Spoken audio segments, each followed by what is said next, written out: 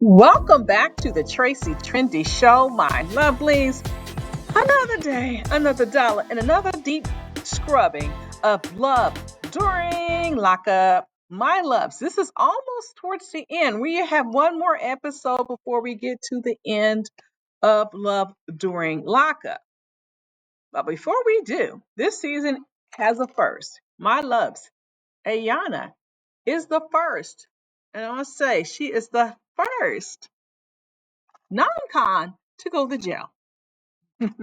And she does not do that happily. She goes there kicking and screaming because she's not prepared. She is not prepared. And but I'm just saying, like her mother said, you got to get it together because it's enough with the BS. Um, but my loves, you know what? I think she has a sense of entitlement because you know she has a long rap sheet, and I saw this on Reddit. She has a pretty long. I mean, she has some speeding tickets, whoop-de-doo, but she has a DUI, harassment, simple assault, forgery, and death by deception.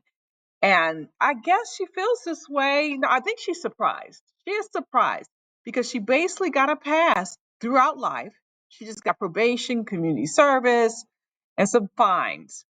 And this is the first time she really has to be accountable. And she needs to get it together. But in the meantime, loves, do you want to see a picture of her when she was a teen mom? Well, here it is. A teen mom. I think Ayana is a very beautiful face. Okay, I'm not gonna say person, but a face is beautiful. But that's where it ends. And I like the pixie cut. I like that short Halle Berry, Tony Braxton cut on her. I don't like the long hair, but everything is fine. That's probably as much as I can say for her. But she did 15 days. She's in, she's out. But Jamal, as I said in my last video, he is still in the pokey. And he's still talking to women. He's still talking. And her and Jamal may, I don't know if they're still together because he's got other women he's visiting him in jail. Now, Shanta and True. Now, Shanta is annoyed that True told people different things, but she's gonna let it just True slide because he was there when she was at her lowest. And her lowest was pretty low. This woman was assaulted on the job. And I'm like, that is crazy. And I hope she should have, I don't know.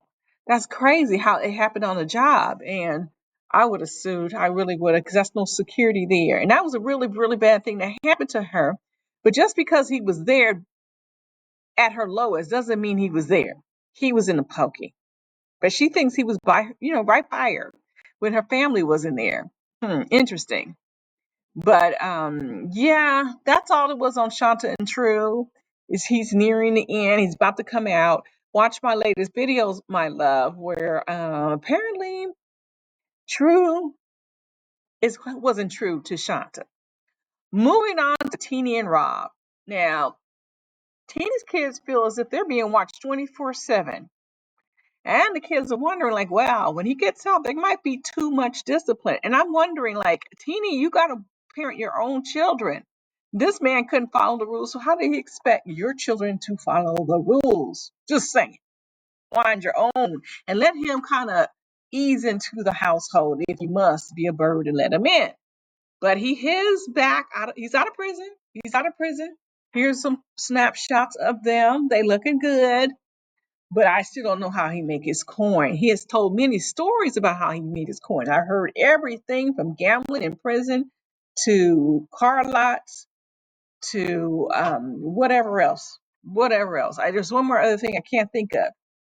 And I'm just like, But anyway, Rob had to stash his phone in order not to get caught with the contraband. So it finally became release day. And I think they're going to show that release day on the season finale next week. hmm Moving on to Andrew and Candace. Andrew and Candace. Candace has to register as a felon. And that's kind of odd because I was thinking, well, I learn something new every day, I guess. But I've always thought that once you're a felon, it kind of is automatic. They do the registering for you. But I guess different things in Vegas. But anyway, Candace feels as if Andrew worries about too much about her and she's not a delicate flower. I would hope not. I mean, she's in some time in the pokey and she keeps saying that he's too overbearing, he's too much for her, and she doesn't want to feel obligated and doesn't want Andrew's support. But I'm like, you don't want his emotional support or his physical support, but money, yeah. You'll take the money, you'll take the apartment, you'll take the truck, you'll take the ring, you'll take everything that isn't nailed down to the floor. All right. You want all these finer things in life. And she says, I want the finer things in life. And of course, poor Andrea not getting a hint that she's just using him. She's claiming its space. She claims that this relationship is triggering her and it might want her to go, make her want to go use. All the while, Andrew is struggling to understand, but he knows the idea. He knows what's down, but he just does not want to face the truth. Because he's being used, and he doesn't want to believe it, but she kind of softly tells him that it's trust issue. It's not you, it's me. And Candace smugly admits on camera that she used Andrew for money, and she said it made it really easy to be used. He made it easy to get used. And I'm like, if I were Andrew, take the truck, take the apartment keys, do not pay no more rent, do not pass go, take the ring and everything else. That fake Louis Vuitton bag she can keep. Um, the furniture is probably hard. Maybe he'll have maybe he could sell the furniture. But I don't know. Would not give it to her. I'd give it to somebody for $1 on the street before I give it to her.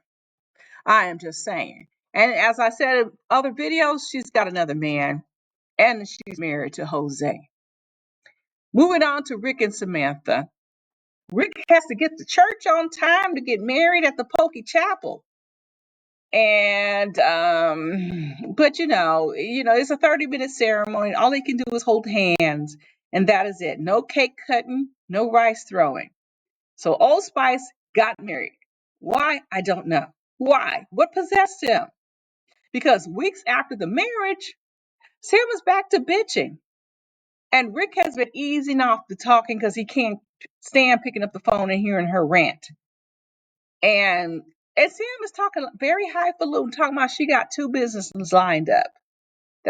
But these businesses aren't going to promise a paycheck. She's talking about selling jewelry and blah blah blah. These are probably side hustles, not a main one. And she feels as if something is off, and it's not her. Something's off about Rick. Yeah, the only thing off by Rick is that he should just go and move on, forget Samantha, get an annulment, and get on with those other chicks that are local, that he doesn't have to fly out and marry. Just get an annulment. Okay? Joey and Michael. Finally, Joey has come to his senses. After his mom has had a stroke, it has changed Joey's perspective, and he has pulled back from Michael and realized that he's just waiting on some bum to get out. Which is, I wish all of them realized that. I wish all of them did. Now he visits Mike's parents, and they agree Mike is tough. He's a tough nut to crack. They have been dealing with this fool for 18 years. And that's a red flag for Mike because he was like, he wasn't aware that there was an 18-year prison history. And Joey doesn't want to waste another year of his life, but there are some big decisions. So we will have to see what those decisions are on the season finale, my loves. Let's just, at this time of the show, we talk about the winners and the losers. I don't know who's winning the non-cons or the cons. Because we have the whole season so far, we only had one non-con win. Ayana and Jamal. Of course, Jamal is winning. Okay? I'm going to say he's winning because he's in the pokey.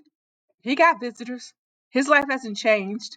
Ayana's for a rude awakening. She finally has to have some consequences for her actions. So she loses. She goes to jail.